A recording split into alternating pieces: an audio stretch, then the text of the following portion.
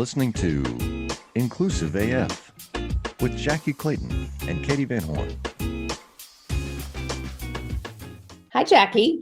Hello. How are you doing, Katee? I'm super good. You're all like pretty in pink today. Right? Yeah. Hell yeah. I'm working on it. Are you trying to pretend it's springtime? Is that what you're going for? Fully. It is raining and I'm pretending it's spring. It is. So we had a frost warning here in Arizona for like the last 3 days. It is so freaking cold. And, for most folks that are listening to this, they're going to laugh at me. But we had, like I said, a frost warning overnight. It's like 50 degrees right now. And I'm sitting in my office with like 16 layers on, just freezing. But anyhow, welcome to the Inclusive AF podcast. Yes, welcome. I will say it's been very interesting. I did a little travel last week. Yes. Went to San Francisco and I found If Heaven Exists. I think this was my version. Okay. We were in an office building and they said that they had snacks. However, they had like lime flaming hot Cheetos. Like they had the Stroop waffles. These are not normal snacks to have. No. When people say snacks, I think microwave popcorn and Coke. No, they had everything. And so if clearly you were at a tech company. Right. Yes. In Silicon Valley. Yes. That's right. I was also reminded that I don't look stable in places with hills. And someone asked me if I was okay. And I was like, I thought I was just standing as I realized I was like rocking back and forth. San Francisco is way more hilly than Texas. And only in Seattle and San Francisco did people ask me if I was about to pass out. And I'm like, what are you talking? Oh, no, I'm just not used to standing on hills. Yeah. Well, it's also the walking up and down hills. I mean, we get that if we like want to go hiking in Arizona, but really not a thing in Waco, even a little bit. Yeah.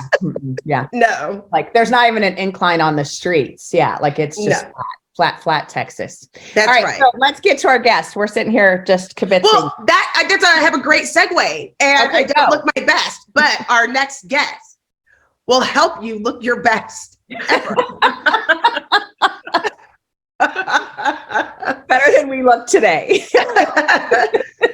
So why don't we kick it over to you and allow you to introduce yourself to our guests? Yeah. First of all, thank you for having me. Yes. It's such a joy already having this conversation with you. Thank you for setting the stage. My name is Dasha Dare. I'm a New York City-based photographer, portrait photographer, and a life coach. So my main focus and area of interest right now is the topic of self-image, the role images play in our life. Why do they cause separation in groups of people, in society generally? Another big topic for me is the need for feeling seen. Why do we want to feel seen? How do we make others feel seen? And helping others do that, right? So I most recently have been experimenting with adding photography to my life coaching sessions. So that's been kind of my brand new baby, in a sense that it's the project that takes most of my time right now, developing and working on and practicing. And the reason why I wanted to come to your podcast specifically, and how all of my work relates to inclusivity really, is the corporate offering that I've came up with. It's called Feeling Seen. It's a employee recognition offering as an alternative to traditional recognition methods. It's essentially a photo shoot where we talk with people about who they are as human beings, as opposed to how they are at work. Right? So that's kind of in short. Yes. Awesome. Ever. I mean, I heard a story once about giving someone recognition and they were giving him awards and he was really introverted, really shy, but he was like top in sales and they were just bringing him on stage and he felt really uncomfortable. And then they gave him a family portrait. Like they took his family and took pictures of them.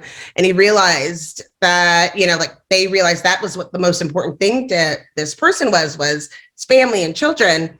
And so that meant a lot to them. But I love the thought of going through, asking questions and taking pictures, because in looking at some of the photography that you've done online and looking at Instagram, what struck me was how like these are normal, you know, air quote, normal people, everyday people. Yeah. But the pictures look like they're so interesting. Like they look like art pieces. Like I have so many questions, but I feel like people are exposing themselves, but yet look so comfortable. Like, how do you do that?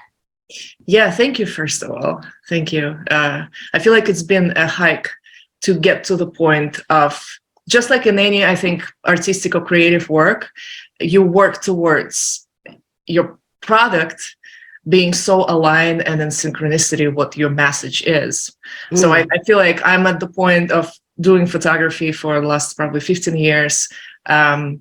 I am there finally, since you were telling me about that. I think one side of the situation is that I have an intention to see a person as they are, because there are different photographers, right? Some photographers want to come up with an idea, stage the whole image, tell a person how to look, how to pose, what to do. I was always curious, why do people don't want to be themselves? You know, the most common requests when a person comes to a photographer, can you make my nose look smaller? Can you remove few inches from my waist? Can you make me look younger? Can you? And there was some point, at some point I asked myself, like, what is going on? Why do we not want to be ourselves? You know? And so I guess from that moment forward, I decided, okay, I really want to help people do something about this and help people feel more comfortable in their skin and see themselves from the other angle. And so from that moment forward, kind of my entire body of work is all about that. Like, I want to see you, and I want you to feel comfortable with me, comfortable enough to be seen. And I think that's how the whole idea of Feeling Seen project was evolving over time. And I'll tell you, I think only now, only after pandemic, I can see how much people are more open to being seen, to feeling seen, to being themselves, to living their life. And I think now is a great time to bring this into corporate world as well. Because as we're coming out from well, for some people, dark pandemic times, you know, we have an opportunity to look at each other with a fresh set of eyes. Mm-hmm. So how do we want to be seen? Do we want to be seen? How do we help people be more relaxed in their own body, in their own selves, without any sense of judgment? Because our self-image is based on our past experiences. So as long as we're attaching ourselves to our past negative experiences, especially if we talk about inclusivity and feeling being minor in certain situations, feeling disrespected maybe, as long as you live in the past, your self-image will remain the same. So how do we create new experiences for people to feel different? And so again, as you can see, I'm a big fan of this work, of this idea, and of blending photography in, because photography is every photo shoot is a very vulnerable space to be in. And so you have to be really careful navigating it without hurting, without a person feeling uncomfortable. And especially if I'm coming to a corporate environment, which is a workplace where we all have our masks, regardless of how much we're saying and talking about work-life integration and how the role of workplace have changed, well, we still feel like we're coming into the office playing a certain role, doing a certain job, doing certain things. So we assign certain meaning to this kind of setting. So it's interesting and it's tricky at the same time. And having that conversation during the photo shoot is a key. Me being a life coach, trained life coach, and accredited as an ICF coach, helps tremendously, knowing which questions to ask and which not to ask, and how not to hurt, and how not to make the situation worse or more uncomfortable for a person having a camera pointing in their face. Yeah, Katee and I should not be photographers. No, yeah. Well, I was like, I love the way that you're talking about this, because I think, every time I've gotten headshots done and talking to photographers and just folks that I know, there is that, getting people comfortable in front of the camera, that is the actual piece of work. Like, you can take beautiful shots, but until they are actually comfortable and kind of relaxed a little bit, it does make it extremely difficult for you as a photographer. So I think bringing that together and having those conversations and asking the questions to get people to a place that it's okay, and showing their authentic self, showing their real self is good. Like, that's just, I think that's such a gift in and of itself to be able to get people to that place. So, but, you're absolutely right. But also, as you were speaking, I realized, well, how is it different from any interaction that we're having in day to day? What is stopping us from being that person without a camera in your hands, but being that person intentionally, or having an intention to make another person feeling relaxed and be themselves, as opposed to creating this intimidating setting or power play? Who is better? Who is worse? This is my cat, by the way. She's gonna hang out with us. She's a spirit animal, so she shows up when the truth is spoken. I love that. I love that. Yeah. So yes, for a photographer to be a successful photographer, you need to have this gift or ability or skill, whichever way you look at it. But then also for human to be human, I feel like we oftentimes forget that there is a way of being for us that makes another human feel something. So the question oftentimes is not about who is it in front of me. It's more about how I am being in this moment, and how does that make that person feel. So it's more of a, like, I take responsibility for how I show up. And I know that affects another person. And I think that, like, I love the way that you're relating that, like, even if you didn't have the camera, how are you making someone feel when you're interacting with them? How are you approaching whatever the conversation, the interaction is? And I think that's just such a good reminder for all of us. And, this time of year, I'm always, very interested in how folks are feeling mentally, because it is like, if you're in the Northeast, or even, the Midwest, the weather, and the after December, the holidays, it's that January, February slug where it's freezing and you're miserable and you're like, I want sunshine, I want warmth, all those things. And, and so it is interesting, like, this is such a critical time for folks to show up and welcome them and, make them feel comfortable. But it takes work. It does take work. And, like, as you're saying, it's how you are showing up. Yeah. I also, I've been observing the corporate world over the last couple of years, as how we were navigating this whole trajectory of working from home and then coming back to the offices, and work-life integration, and then work-life integration becoming work-life balance, and from balance to work-life harmony. And now, so what's next? How else are we gonna, help each other integrate? So, I mean, it's true. For me, I have a SAD, which is seasonal associative disorder. And in the winter, what's funny is that I'm always like, I mean, I feel sad. It's cliche to say I have sad and I feel sad. It just sounds dumb, but I feel sad. And then the sun comes up and I'm like, what are you even talking about? Like, I don't know. Everything's fine. Yeah, it's fine. And then it rains again. I'm like, oh yeah, I want to stay inside. They're like, what is going on?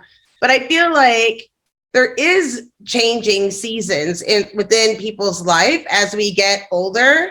And also on how other people see us affects how we see ourselves sometimes.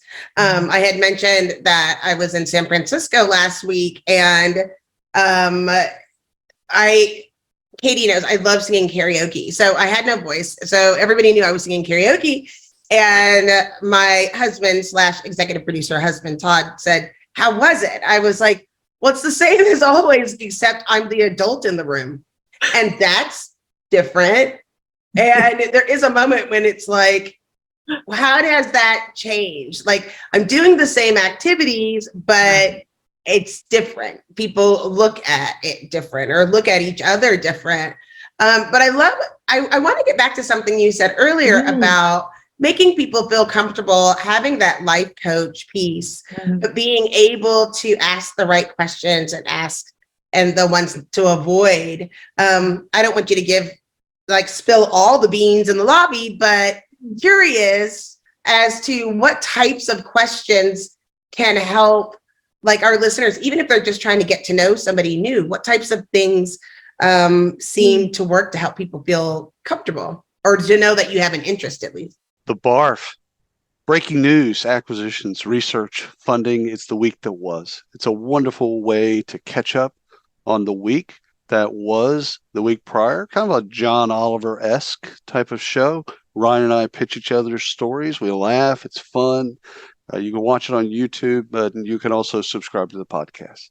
Give it a listen. Give it a look. Thanks. Yeah, I think I would say generally we start not from asking the question, but from listening.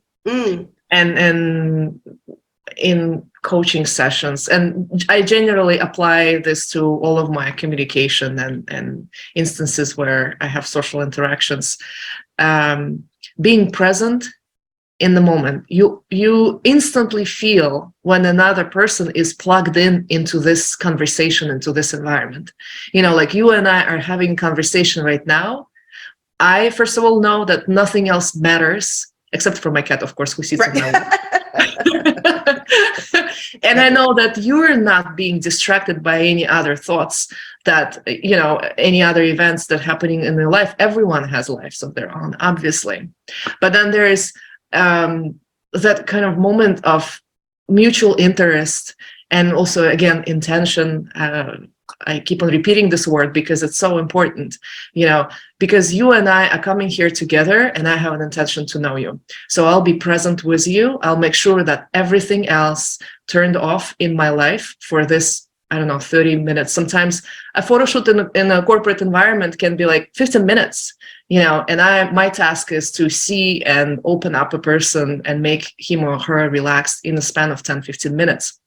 Wow. So the first thing for me is to not have anything on my mind, not have my ego playing in this. So I have to be completely removed from anything related to my life and completely invested into what this person is about. Coming into the space with this innate sense of curiosity, similarly how, kids coming to a playground. Oh, I wonder what this person is about. Also approaching every human being as a gift to you, because I don't know how my conversation is going to end up. I don't know, maybe we'll become best friends. Maybe I'm going to help you with something. Maybe you're going to help me with something. Maybe we're just going to have fun. But regardless, I know that there is purpose in us meeting at this moment. So it's kind of, it's definitely not a transactional moment in life. You look at this as a investment into your future. Every single interaction, every single, moment that you're together. And then in terms of questions, I love asking people about feelings, because what I'm essentially looking for is the opportunity to relate. How can I relate to this human being? I see them for the first time. I don't work in their company. I have no idea what their company, usually I know what the company does, but I have no idea what your day-to-day operations. And I don't want to grade you based on your work environment, because I know you're not your job. You're not your work. You're not your title, right? So how can I relate to another human being? And then, that's up to you. You can ask how your morning was this morning and how did you feel? If, for instance, some people, like I got stuck in traffic, or like I had this fight with my wife, like, or like I had this and this, and ask about feelings. That's the greatest chance of you relating to another human being, because you all have that. You all have, don't tell me you don't feel anything. Even if you say that I don't feel anything, that means that I can still have an opportunity to relate with you. But everything else, and you'll be surprised how people react when you ask them deeper questions as to, and I wonder how that made you feel. And I think that's so important, especially with diversity, equity, inclusion, and belonging, because a lot of times I might not be able to relate to exactly what you're saying, but I understand what being sad feels like, or I understand what being left out feels like, or feeling uncomfortable or overwhelmed. Like, it's so important to learn those words, and it's key. Like, the communication is key to being able to relate. And I think you have a real gift in being able to see that through the lens, literal lens of a camera is interesting, of being able to pick up those feelings. It's like those things in the hospital when we were like, right now in the airport, they have the thing where you press the button, like, how was your visit to the toilet today? Yeah. Smiley face, sad face, or neutral. And I'm always like, when is it ever smiley face? I'm always wondering, when is it smiley face? You go to a therapist and it's like 5 pages. And you're like, I'm between worrisome, a little nervous. Like, there's all of these different things, but it's like, so when you start thinking about it, there's so many words to describe how you're feeling. But once you can find that word, other people can relate to it. Yeah, absolutely. During pandemic, I shot a personal project. It's called All Is One. I basically invited into the studio space several people who did not know each other, and I worked with them one-on-one. And I basically asked them the same question. How was your pandemic experience? Or how is your pandemic experience? Because I could not understand what we're going through collectively. So I was trying to kind of ask other people and see how I feel, about their answers, and whether or not we're going through the same thing. And then I think I had like about 10, 15 participants. And in the end, and I was recording audio as well to create the soundtracks of their answers. And I realized that we're all worrying about the same things. There isn't much difference between us. And I thought, wow, that is so interesting and fascinating, that as much as separation exists in our world, unfortunately, as much as there's this division in society, right? There is still a chance for us to have that common thread. And sometimes it's a matter of initiating a conversation about it. It's similarly what you're doing with your podcast as well, having that space, inviting people into this conversation and saying, hey, we have a chance. We have hope. We have, people who want to have those conversations. So why don't we start that? And I think the more companies can initiate those conversations, the better it is for all. And that's honestly my desire to partner with forward-thinking HR and professionals and the heads of teams who want to create those experiences and conversations for people to come in and say, yes, you can relate to me and I can relate to you. And we don't need to divide ourselves into different groups and hang the labels on each other, So I think that's a beautiful thing about current situation, what we're doing. Yeah, I like the way that you're thinking about this, that, I think for all of us, there's this, shared humanity, even if, we have many different experiences, all of these different things. And I think in the corporate setting, in the organizational setting, it is always challenging because it is, and I just had this conversation last week with a team. What does authentic mean to you? when when you're being authentic, how authentic do you want people to really be? How authentic is okay at work? And so I think there's also this piece of, we have these shared experiences and we want folks to be comfortable. And then also acknowledging that the experiences aren't the same and the experiences aren't always positive for every single person. And so I think it is that balance that you have to strike as an HR person, but starting from that place of what do we have in common and what are the things that tie us together, working in the same place, shared mission, all those things. But also, like, again, just getting people comfortable with who are they. So I think that's also another piece to the puzzle. And, I, of course, with life coaching, I know that that's, definitely something you're working with your folks on is who are they, or who do they want to be? Wow. And so I think that's just a fascinating piece too, because I think with photography, it's the, who do you see yourself as, but also who do you want to see yourself as? Yeah. And so I think that it's just such an interesting piece, and to think about that in a corporate setting and how HR folks can help with some of these things. I think that it's such an interesting concept. So I love it. Yeah, I oftentimes have these conversations with several friends of mine who hold high level corporate positions in their companies, about how do we bring mindset coaching and life coaching into the corporate environment, because as much as, of course, it's important to talk about career and progress of your work trajectory, your work path, and all kinds of skill sets that are important. But then the more work and life are becoming integrated, the more there is a need of understanding exactly who am I as a person, because that's going to affect everything. You no longer can, just answer the question, what's my job description, and be satisfied with that. That's not enough. That's not enough. I mean, if you're managing a group of people, and yes, you're a great manager, no doubt in that.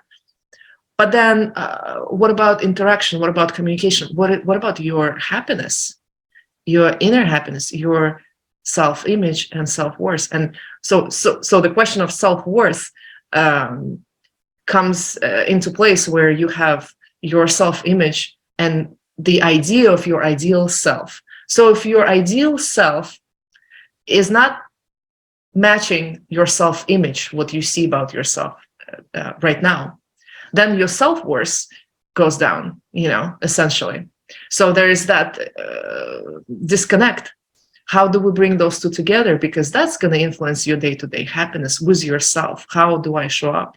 That will trigger a lot of fears, a lot of inauthentic behaviors, trying to be better, be somebody else, be not yourself, anyone else, but not myself, because I'm so ashamed of how I am, because my self-image does not match my ideal self. So there are all these questions that I personally foresee a lot of HR professionals thinking of or considering addressing in the near future.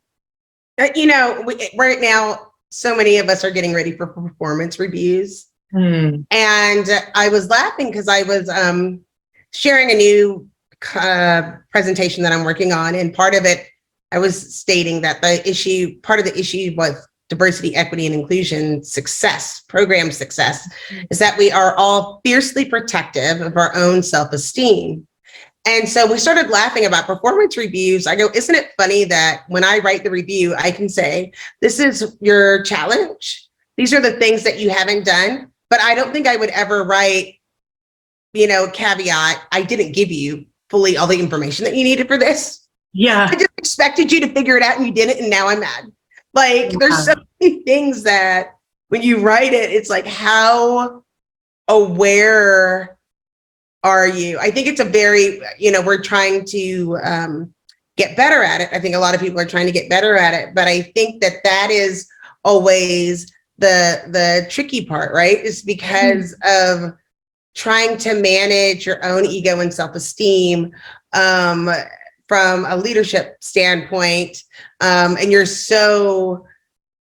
trying to be your own advocate that you can lose yourself sometimes in that and be like, we're trying to get really, really clear. And I think of the example, I put out a diversity report, but it was around like 2.5 quarters in, and my boss is like, why aren't you doing this thing? And I was like, oh, because when you say it, you give me the option to opt out. They're like, I am? I'm like, yeah, I don't know if you realize that, but yeah, you always are like, this is what I think you should do. And I'm like, well, I don't. And that's the end of it.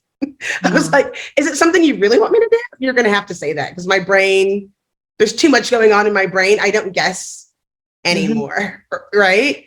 And I think it's interesting that we get to this place where we expect people to figure out what I'm thinking, and punish people for not knowing us, even though you're not giving them your whole self at work. I think we're trying to. Yeah. But now I'm like all thinking about it. It's like, this is really a lot deeper than I thought it was going to be. Like when you think about how you see yourself, how others see you, and how does that relate at work? Dasha, that's scary. It's like, I don't know, like you can get people to do that in 15 minutes and they're like, okay, this is me. Then you have a real skill. Well, I think I have to trust myself so much so to the point that as long as I know that I am in the right state of mind and an energy place. Well, where's that class? Well, I have I have my own routine, right, established to prepare myself for this work, because it's not it's not just simply pressing the button of camera, right? It's a little more than that. But it takes practice of relaxing into who you are in the moment and trusting that when we're having this conversation, I'm showing up fully. And yes, I hope that you show up fully as well as yourself, but I can't expect, I have no expectations, and I think that's what is challenging, because it's the bigger question is how can we be in the unknown? How can we be with a person without knowing whether or not they're giving us the full picture? We don't know. I don't know. We're having conversation. Hopefully this person is trusting me enough to tell me everything they think about my work performance or the whole situation at work, but I have no control over it. And I think having no control, that's like a bigger philosophical question that we might need another episode. Yeah. Having no control over certain things, right? They trigger a lot of fear in us, and that creates the whole confusion and miscommunication a lot of times. I think what we need to learn more and get more comfortable with is that uncertainty of like, I don't know, but my job is to show up and be myself. I can be only responsible for me. I can only have expectations from myself. I can only take ownership for the way I show up, and hoping and trusting that that person feels the same. But then, and the outcome is the outcome. Yeah, I know it sounds easier said than done. Yeah. But so far, I haven't come up with a better way of dealing with this, to be honest. But as Jackye just said, like what a skill that is, because I think that's the piece too, is being able to pull that out of someone and make them comfortable enough to truly show you who they are. I think that's just like, that's a gift. And I think that's another piece to this, as you think about how people show up at work and, that mask, as you mentioned earlier, that folks wear, how much of that do they take off in front of the camera or don't, depending on how comfortable they feel with you or whoever is taking the pictures. And so I think that's a piece too, is just the gift that you have to be able to get folks to pull that mask off and show who they really are. And as you said, in 15 minutes, like that's amazing. So, just really, really cool. Yeah. Well, thank you. I'm blessed to be doing what I truly love and believe in, and, seeing people and making them feel seen has been the greatest joy. Because Go ahead. I'm sorry. Because I think many of us don't realize that it's a fundamental human need. This is how we bring each other into existence. Mhm. This is why we need another person in the room. This is why when we're growing up, right, we need another person to say, I see you, and you as a child understand, oh, I exist because someone sees me, you know? And so it's the same thing is in any social environment. The way for me to know that I matter is not only by me recognizing my being, that's great, but we're social creatures. So we're meant to be in the community. So if imagine I get into a community where no one sees me, no one recognizes my existence, how do I feel about myself? Mhm. How that's terrifying, you know? So actually, me knowing that my job is making other people feel seen, whether or not I belong to this community or not. Mhm. Well, I help this community to create this culture, this atmosphere, this energy. That's the most beautiful job ever. And I'm just truly blessed and excited to keep on doing it. Yeah, I think that what you said really resonates with me about being seen is part of that. I was explaining, you know, where I work, we're completely remote. So when you get an opportunity to see each other, a lot of times it's the first time, and I've worked with them for over a year and I've never met them in person. And someone came up to me and they were after presenting the topic that I was talking about. They were like, oh, you're so open and you're like such an extrovert and you do all these things. And I was like, actually, I'm neither an extrovert or introvert. And they were like, what do you mean? I was like, well, introverts get their energy from being by themselves, right? And extroverts get their energy from being with other people. And I was like, I get my energy from being on stage. And then I want to run and hide. I need to recharge by myself or my special friends. And then I have to go out and then like chase that attention. And then once I get it, run. It's like a cat. Speaking of cats, it's like that. It's like, do you see me? Oh, you see me. And then they run away. Yeah, I can relate. You know, and I feel like I'm not the only person who does that, where it's like they want to be seen, they want to be heard, and then I get afraid once they're seen and heard. What's next? Because we're so used to people not being open to seeing and hearing all of us for who we are.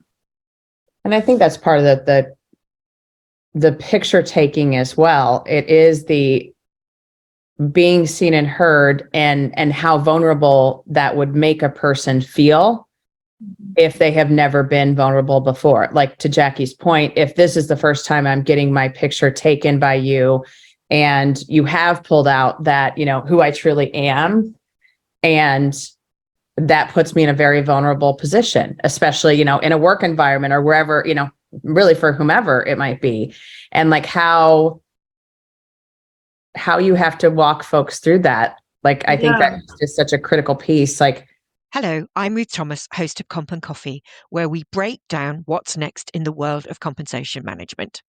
From pay transparency to performance alignment, we explore how businesses are rethinking compensation to drive impact, equity, and growth. So if you're shaping the future of pay at your organization, grab a cup and tune in. Listen on the Work Defined Podcast Network. It is. You're absolutely right. It's a very vulnerable place. I think the idea is so picture taking. Let me go to square one here. Photography is for me the business of love for people. It's a business of loving, essentially. It's the work of loving. It's seeing. There's a great book. I don't remember the author, where it says that seeing is believing, and believing, the root of the word believing comes from loving. So it's, when you think about it, when I approach photography process, I come to the photo shoot with an intention of loving this person in front of me. There is nothing else but the recognition of your true beauty, whatever is given to you. I come with a set of fresh eyes. I know nothing about you. The only thing that I know is that you're a gift given to me right now in this moment. And how my job is like, how do I get to know more of what kind of gift are you, you know? So if I can explain that to you during the process, that's great. If I can take it even further and explain to you that this image becomes a record of you being seen and loved for who you are, then you take this image and you keep it forever. And every time you feel like you're afraid of being yourself, you're afraid of showing up, you're feeling vulnerable, hopefully you can come back to that image and see, oh, someone in that moment, someone saw me. And they didn't criticize me, they didn't judge me, they didn't tell me that I'm right or wrong, because there is no such thing. I was there and it was safe and I felt great about it. And the energy was amazing. And because, you know, we remember how people made us feel. Mm-hmm. So I only want this image to carry that energy.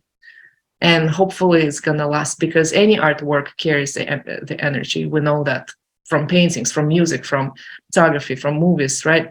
So why don't we have a picture of ourselves that carry the energy of us being recognized and valued and loved for who we are? I think, you know, will that in the future make you feel vulnerable coming to work, knowing that you've been, hopefully we get to present this whole process in a way that you understand that this is us loving you, Mm-hmm. not us making you feel vulnerable or punishing you for whatever, right? So Right. Yes.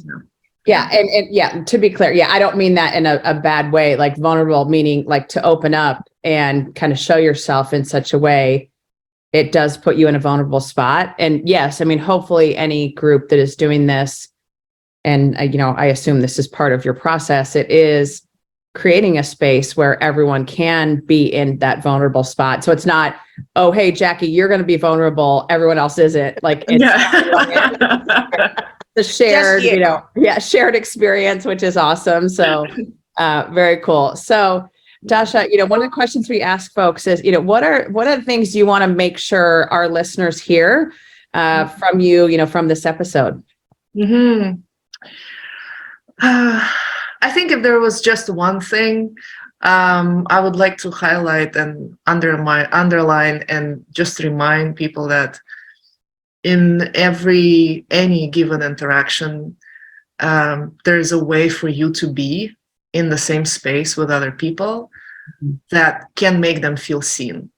And you, by just being aware of that, can change somebody's life. Because we don't know, you know, some people might never been seen, especially maybe sometimes you meet a younger generation of kids who are just starting their career, and who knows what kind of experiences they had in life. But you, by just being around them in a way that makes them feel seen, can change the entire trajectory of their life. And I think the more aware we become of that, the more responsible we become, the better it is for all of us, and especially for those people who need that. You know, we all need that, but some people maybe more than others. And there is nothing crazy and extra curriculum for you to do other than just being present with that person and being a little more curious than just, you know, hi and bye. So I would like to encourage more intentionality, I guess, in our interactions. Love that. Jackye? This hit me different this time. I feel like I want people to make sure they take the time to look at your Instagram to see the outcome of some of your photography and portraits.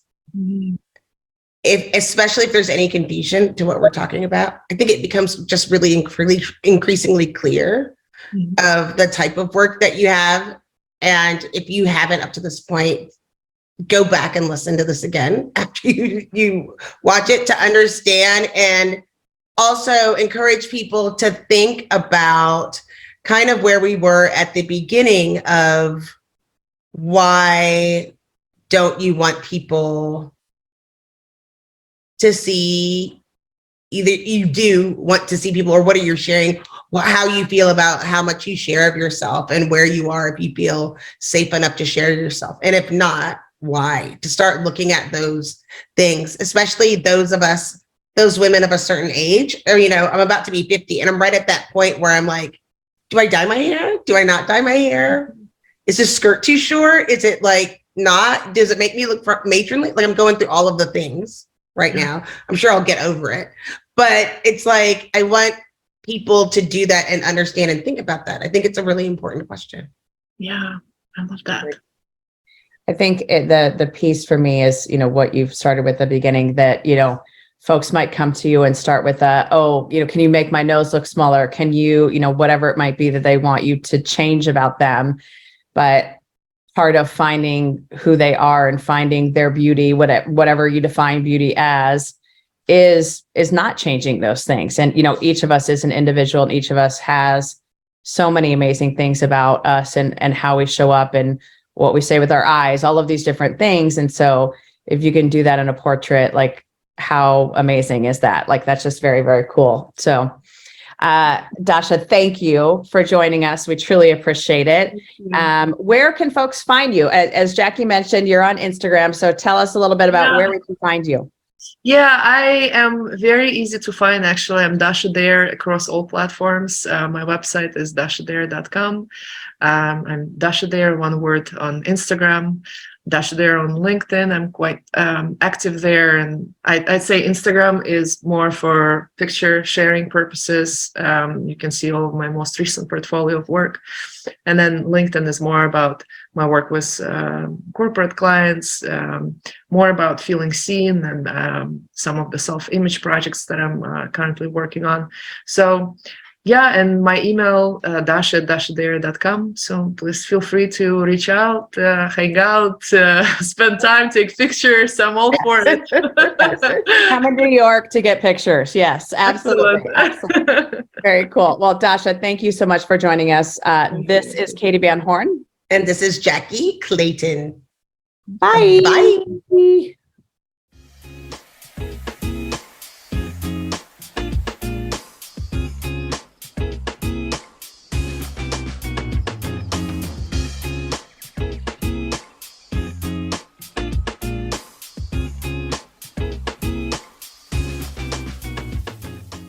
I get it. The podcast just isn't enough.